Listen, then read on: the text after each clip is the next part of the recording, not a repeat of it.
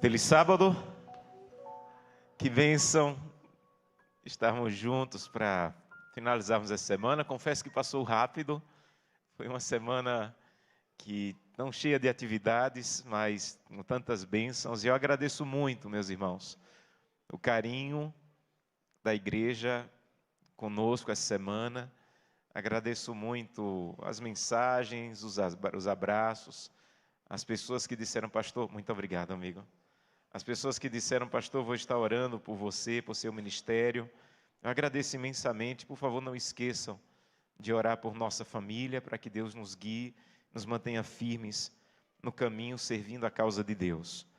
Nós vamos para a última mensagem sobre José, e para a gente aproveitar bem o tempo, eu quero convidá-la a abrir a Bíblia no livro de Gênesis, capítulo 50. A todos vocês que nos acompanharam pela internet durante a semana, muito obrigado também.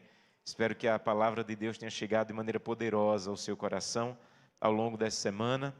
E hoje vamos concluir com Gênesis, o último capítulo do livro de Gênesis, capítulo 50. Gênesis, capítulo 50. Nós vamos estudar hoje sobre as últimas palavras de José, descritas na Bíblia.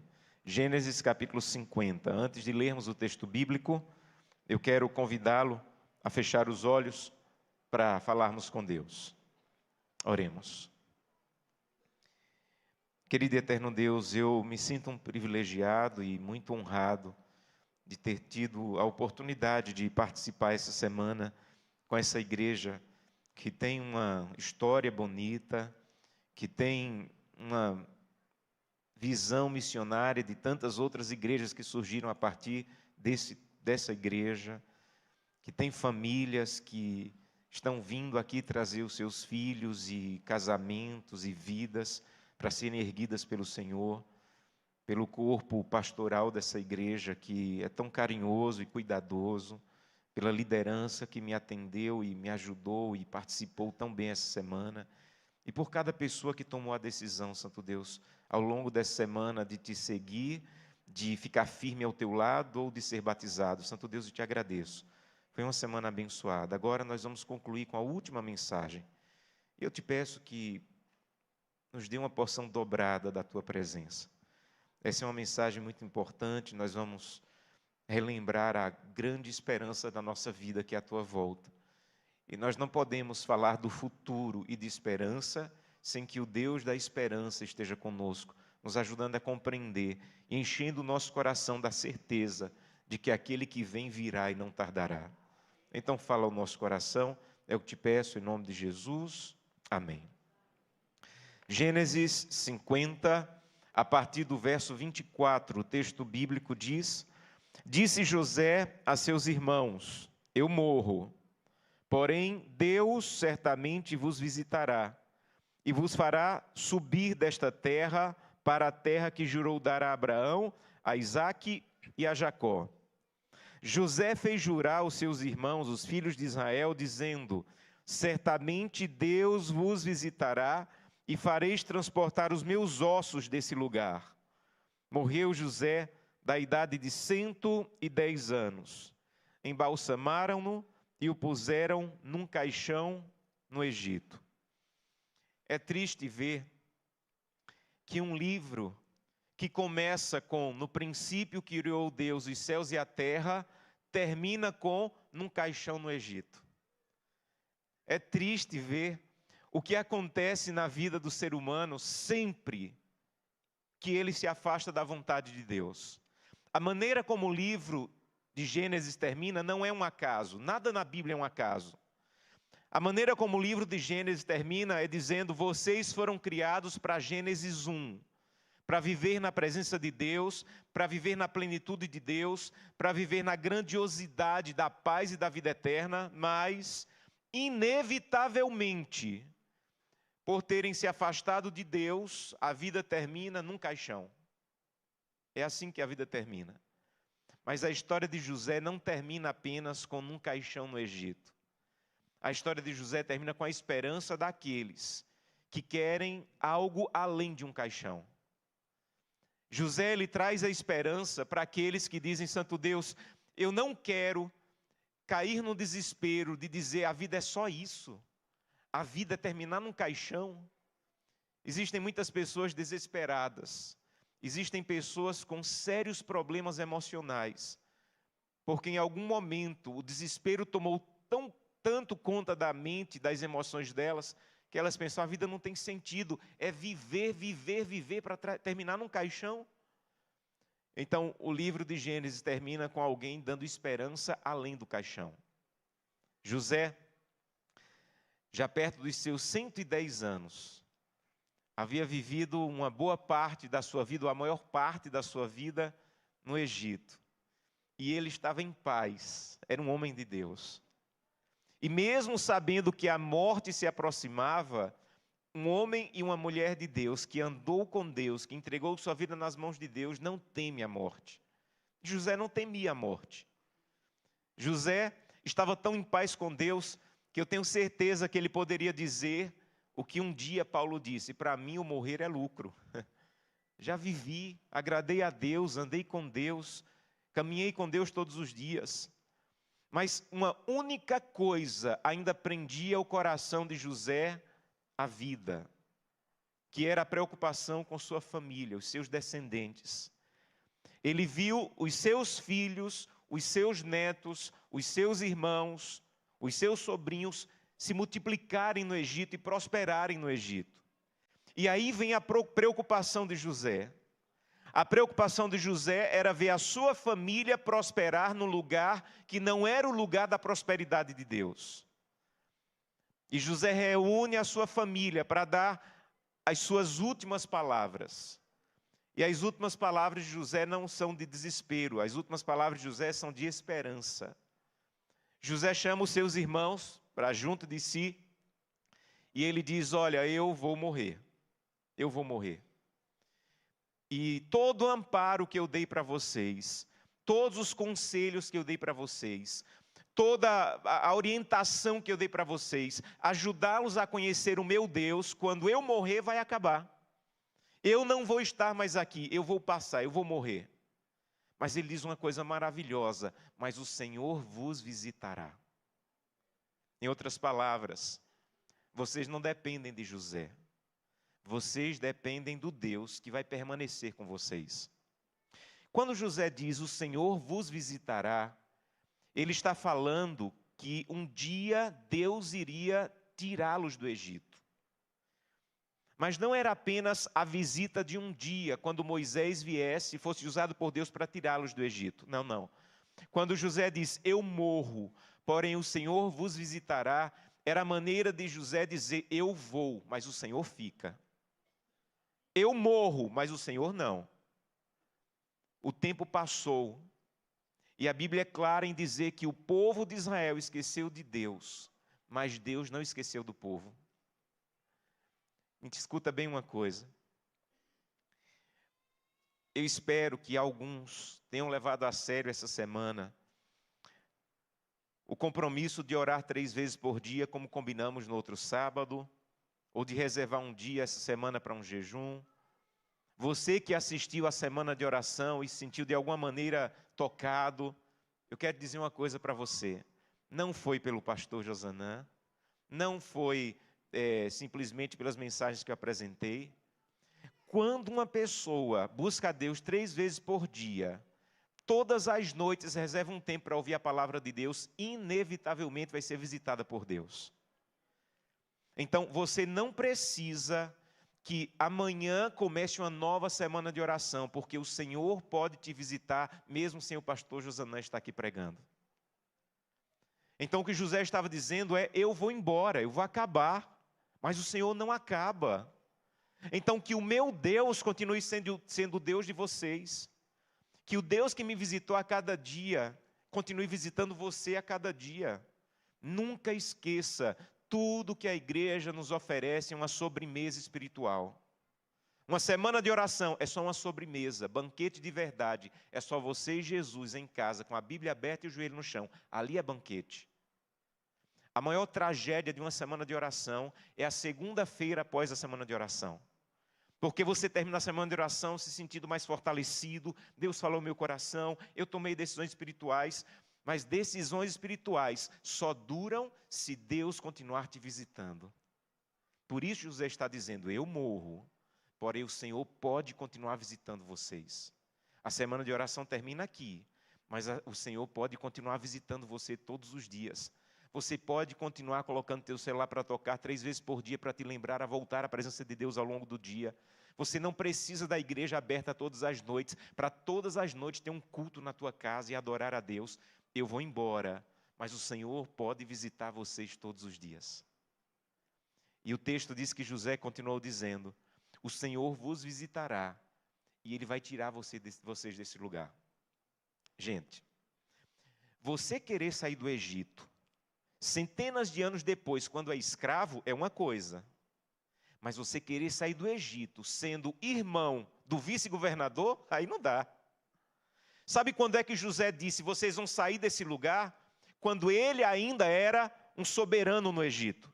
Quando ele ainda era querido e respeitado no Egito. É muito provável que alguns dos seus sobrinhos ou até irmãos dissessem, José, daqui eu não quero sair não.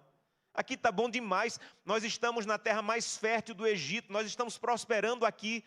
E a preocupação de José era prosperar no lugar que não é a tua casa final. Essa era a preocupação de José. Vocês estão prosperando no Egito, mas vocês não são do Egito. E José fez uma coisa maravilhosa. José disse assim, eu quero que vocês nunca esqueçam que vocês não são daqui, ao ponto de eu quero que vocês jurem que os meus ossos não serão enterrados no Egito, porque eu estou no Egito, mas eu não sou do Egito. Então eu quero que vocês tirem os meus ossos daqui, e eu quero que vocês levem para a terra de Canaã, porque nós somos de Canaã. Eu não quero que vocês se apeguem ao Egito, eu não quero que vocês se conformem com o Egito, ao ponto de esquecerem de onde vocês são de verdade. E a prosperidade, meus irmãos, tem uma forte capacidade de fazer a gente se apegar tanto a essa terra, que nos faz esquecer que nós não somos dessa terra. Durante centenas de anos, em algum lugar do Egito, talvez na casa de algum israelita, ficaram os ossos de José. E toda vez que as pessoas talvez esquecessem de Deus, alguém olhava para aqueles ossos e diziam, olha, nós estamos aqui, mas nós não somos daqui.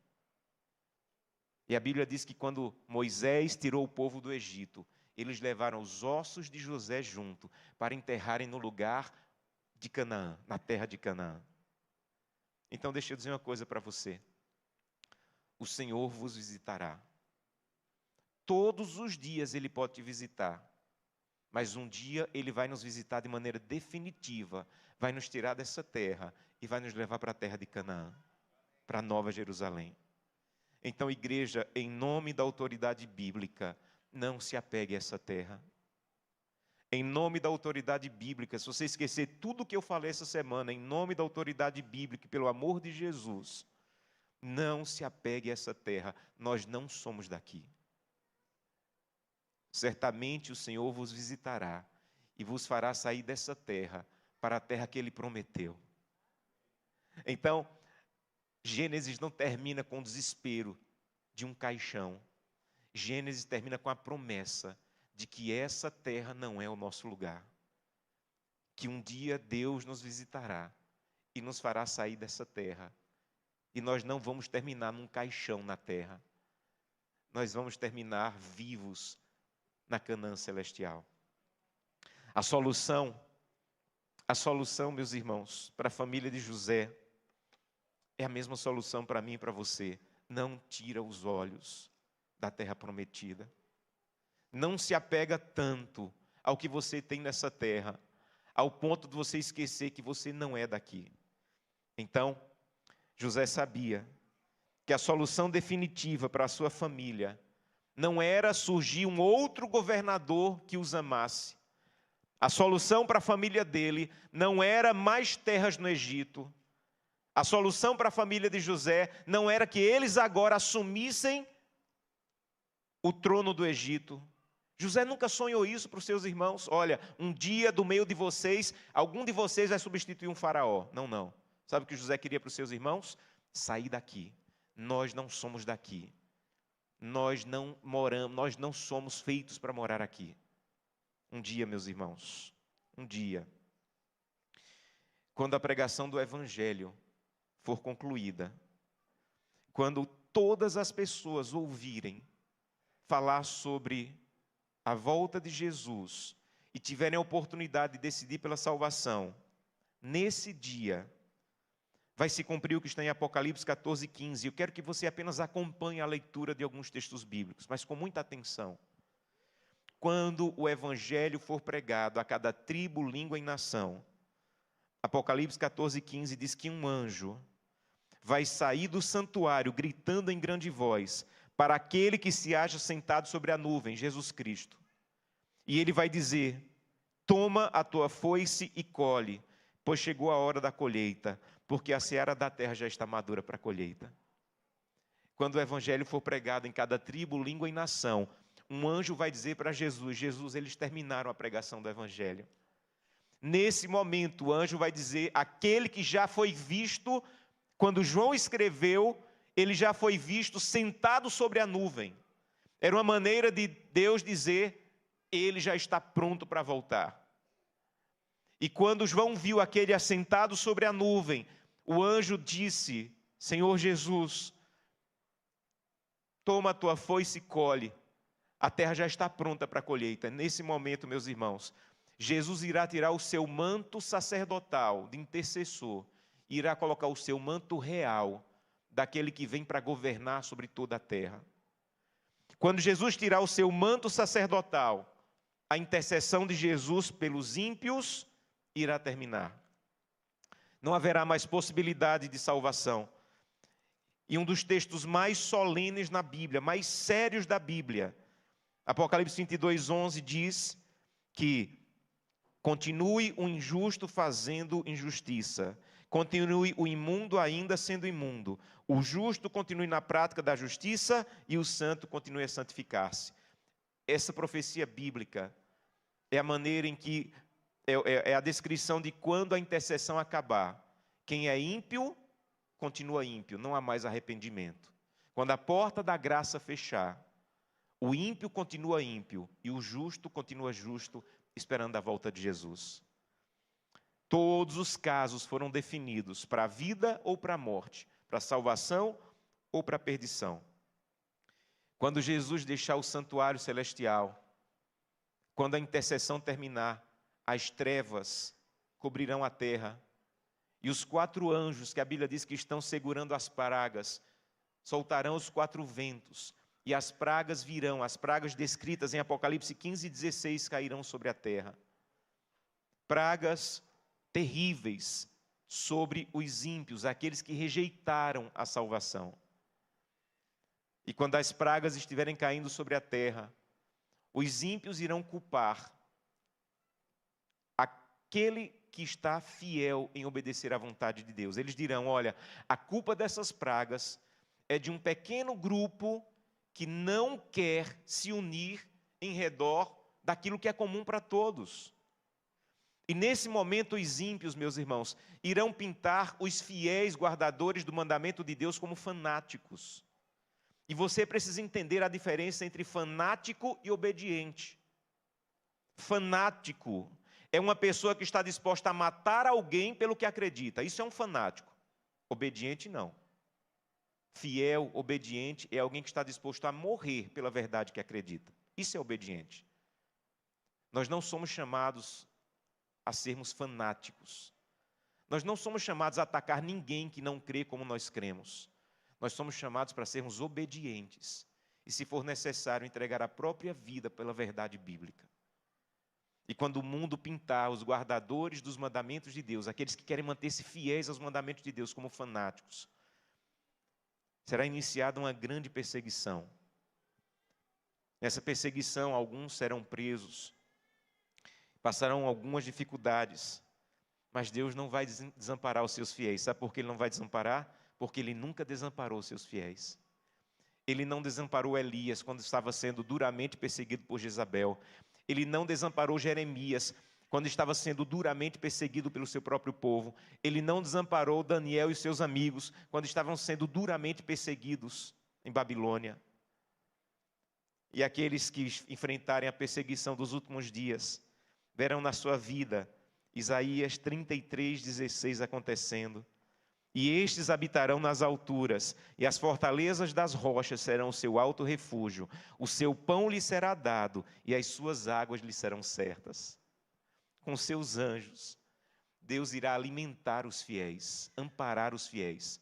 E o livro Grande Conflito diz que, se alguns dos fiéis chegarem a ser presos, as paredes das prisões brilharão como um palácio, pela presença dos anjos com eles. Alguns temem a perseguição. Mas, segundo a Bíblia, os fiéis não irão temer a perseguição, porque eles estarão completamente amparados e sentirão a presença de Deus e dos seus anjos, como nunca sentiram na vida. Então, não tema a perseguição, tema não andar com Cristo hoje. Porque se eu não andar com Cristo hoje, não andar amanhã e não andar depois de amanhã, eu nem serei perseguido. Satanás irá tomar meu coração. Então, o temor não é a perseguição, o temor é não passar por ela. Porque se eu passar por ela, é porque eu fiquei fiel ao lado de Deus e Ele vai me amparar. O seu pão lhe será certo e a sua água lhe será dada.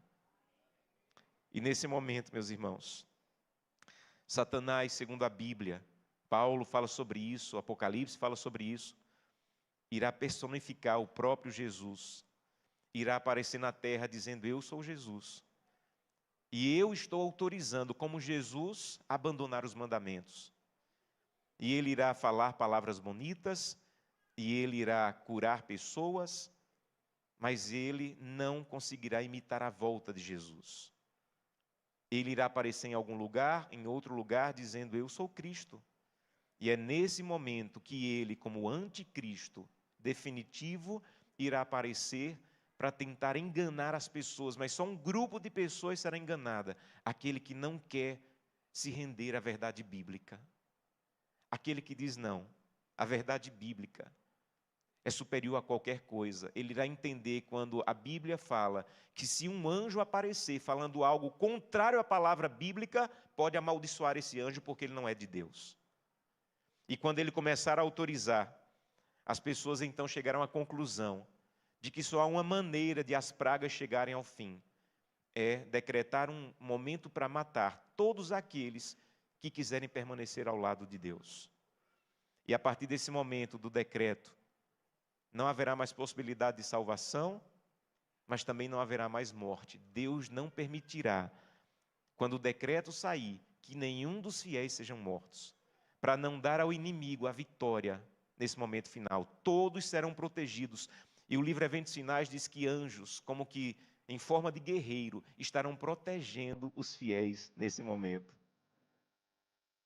E quando os ímpios estiverem para cair sobre os justos, para destruí-los, quando os ímpios estiverem nesse momento com a data marcada para matar e destruir, acontecerá o que está em Apocalipse 16, verso 17 e 18. Então derramará o sétimo anjo a sua taça pelo ar, e vai sair uma grande voz do santuário, dizendo: feito está. Quando os ímpios estiverem para cair sobre os justos e destruí-los, a voz do próprio Deus será ouvida no planeta, e a voz dirá: feito está, está terminado. E a voz de Deus é tão poderosa que o verso 18 diz que sobrevirão relâmpagos e vozes, trovões e um grande terremoto, como nunca houve igual, desde que há gente sobre a terra. Esse é o terremoto grande e poderoso da voz de Deus. E esse terremoto, meus irmãos, irá servir para abrir o túmulo daqueles que morreram crendo em Cristo. E nesse momento do terremoto, nesse momento em que a voz de Deus for ouvida, que os ímpios estiverem para cair, para matar os justos, eles vão parar. E com o terror daquela voz que os assusta, irão jogar suas armas no chão. E o grande terremoto fará com que duas atitudes aconteçam.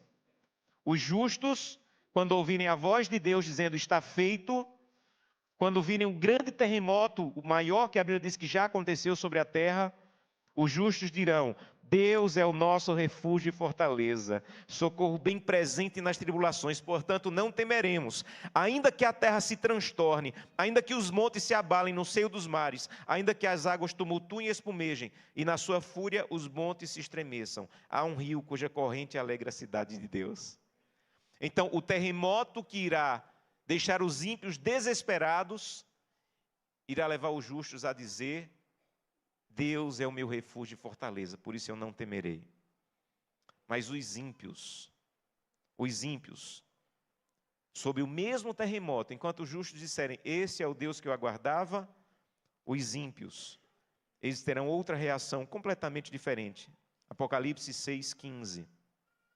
O texto diz que quando eles ouvirem a voz de Deus e o terremoto, a Bíblia diz que os reis da terra, os grandes, os comandantes, os ricos, os poderosos, os escravos, os livres, vão se esconder nas cavernas e nos penhascos, e dirão aos montes: caia sobre mim, e me escondam da face daquele que está sentado no trono e da ira do Cordeiro.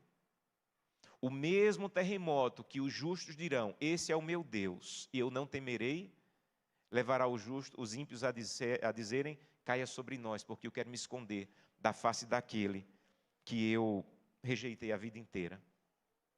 E aí, meus irmãos, vai se cumprir de maneira definitiva o que está em Malaquias 3,18.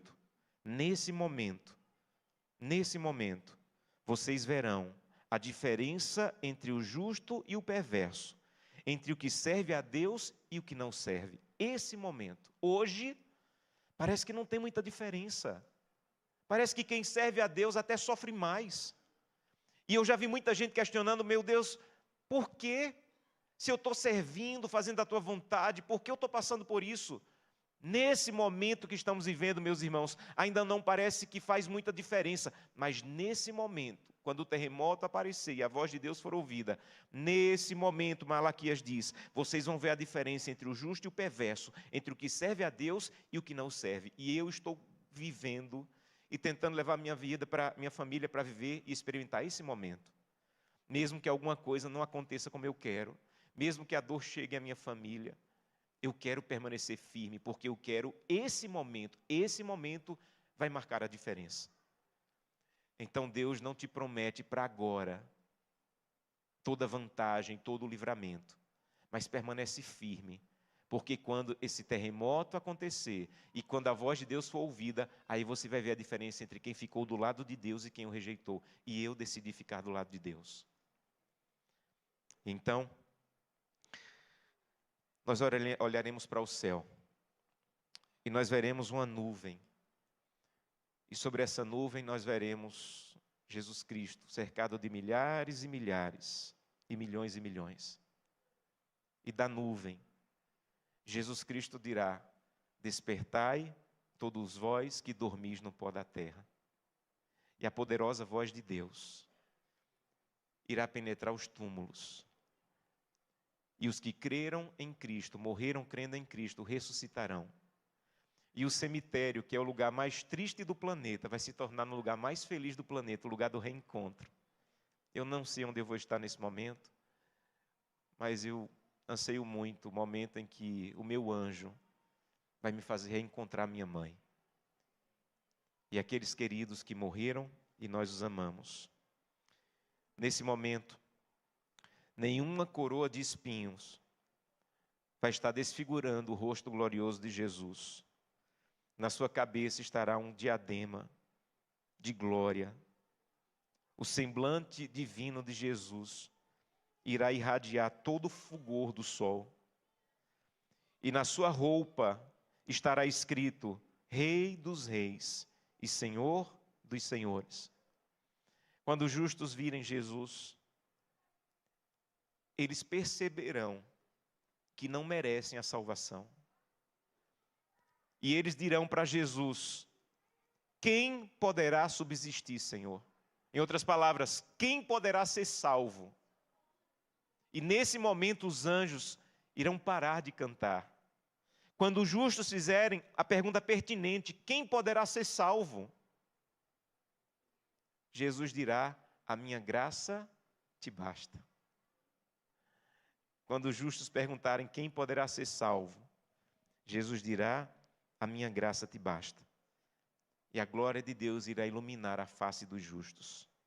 Os anjos então descerão e colocarão a coroa sobre a cabeça dos justos. Nós receberemos a harpa de ouro e nós seremos levados à nuvem onde está Jesus e cantaremos a primeira música do céu. A primeira música que cantaremos está em Apocalipse capítulo 1, verso 5. E da parte de Jesus Cristo nós diremos: a fiel testemunha, o primogênito dos mortos e o soberano dos reis da terra, aquele que nos ama e pelo seu sangue nos libertou dos nossos pecados e nos constituiu reino, sacerdotes para o seu Deus e Pai. A ele damos a glória e o domínio pelos séculos dos séculos. Amém. Nós seremos levados até a nuvem e nós faremos uma viagem da nuvem até o céu, o que Paulo diz que é o terceiro céu onde Deus habita. E nós chegaremos na cidade santa, que estará com a sua porta fechada. A Bíblia diz que a porta do céu é de uma pérola só. E essa porta estará fechada e Jesus estará à frente, do lado de fora da cidade santa. E todos os salvos estarão reunidos em frente à porta do céu. E eu quero estar lá, segurando a mão de Gleice, Glenda e Samuel. E nós vamos ver um homem mais alto do que todos os homens no meio da multidão, uma mulher mais alta do que todas as mulheres, e nós vamos entender que são os nossos primeiros pais, Adão e Eva. E Jesus vai chamar Adão para abraçá-lo, simbolizando o abraço sobre toda a humanidade. Adão vai começar a andar por entre a multidão. E quando Adão se aproximar de Jesus, Jesus vai abrir os braços para abraçar Adão. Quando Jesus abrir os braços, meus irmãos, Adão vai ver pela primeira vez as marcas na mão de Cristo. Adão, aquelas mãos foram as que criaram Adão. Adão fazia o culto todos os dias com Jesus no Éden, quando ele morou lá. Ele já viu aquela mão várias vezes. Mas ele vai entender que em algum momento da história da humanidade, Jesus Cristo veio e como cordeiro morreu. E que aquelas marcas são as marcas da salvação por ele e por toda a humanidade. Quando Jesus estiver com os braços abertos, esperando o abraço de Adão, Adão não vai conseguir abraçar Jesus. Ele vai tirar a sua coroa, ele vai se ajoelhar, vai colocar a coroa aos pés de Jesus e vai dizer: digno, digno, digno é o cordeiro que foi morto e reviveu. Jesus vai se abaixar, vai levantar Adão, vai colocar a coroa de ouro na cabeça de Adão, vai abraçar Adão, vai virar Adão para a multidão dos seus filhos e filhas, e vai dizer o que eu mais sonho ouvir na minha vida. Jesus vai dizer: vosso conflito está terminado. Vinde benditos do meu Pai. Irmãos, o que eu mais sonho ouvir na minha vida é Jesus dizer: vosso conflito está terminado. Quando eu ouvir isso, eu vou entender que nunca mais vou ter que conversar com um casal que está querendo divorciar. Nunca mais vou ter que fazer um culto fúnebre. Nunca mais vou me preocupar se os meus filhos vão ficar ou não na igreja, se vão se afastar ou não de Deus. Nesse momento eu vou entender que nunca mais eu vou ter que lutar contra o pecado que tenta me afastar de Deus, tirar o meu ministério, destruir a minha vida. Quando Jesus Cristo disser: vosso conflito está terminado, Jesus então vai abrir a porta do Éden. E ele vai começar a levar Adão e a multidão de salvos para a cidade santa. E Adão à frente com Jesus vai começar a dizer os lugares que ele já viveu, porque ele já viveu ali. E nós seremos conduzidos à árvore da vida, comeremos dos seus frutos, e nesse momento os homens crescerão à estatura de Adão, as mulheres crescerão à estatura de Eva, e nós vamos começar a vida eterna. Você já vai estar completamente feliz. Você viu Jesus na nuvem, você viu Jesus na porta do Éden, mas em algum momento, Jesus vai começar a andar entre as pessoas. E você vai chegar à conclusão, será que ele está vindo falar comigo? E em algum momento Jesus vai ficar na sua frente. E com a sua mão gloriosa, vai enxugar dos seus olhos a última lágrima. Eu tenho minha teoria sobre essa última lágrima. O que for vai ser bom, mas a minha teoria é que essa última lágrima que Jesus vai enxugar no céu é aquela dor que você passou na terra e Deus nunca te respondeu por quê. Quando a minha mãe faleceu, Deus me amparou, me deu força, mas Deus nunca me respondeu por quê. Por que naquele momento? Por que daquele jeito? E quando Deus enxugar os meus olhos, eu vou dizer, glorificado seja Deus, porque aconteceu do jeito que aconteceu. Jesus vai me abraçar.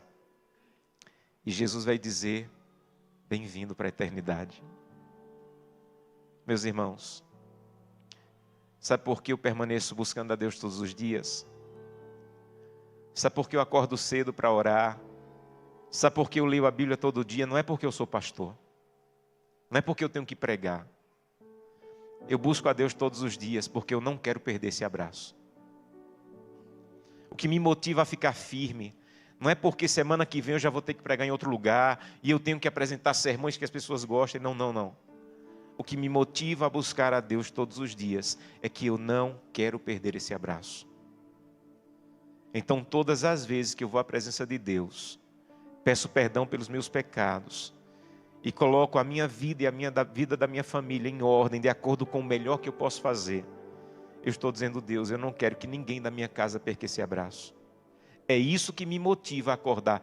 Eu não permaneço firme como cristão porque é fácil. Não é porque a jornada não tenha desafios, não. Eu permaneço firme porque eu almejo o dia em que os braços de Jesus irão me envolver, em que Ele vai tocar o meu rosto e Ele vai me dizer, seja bem-vindo.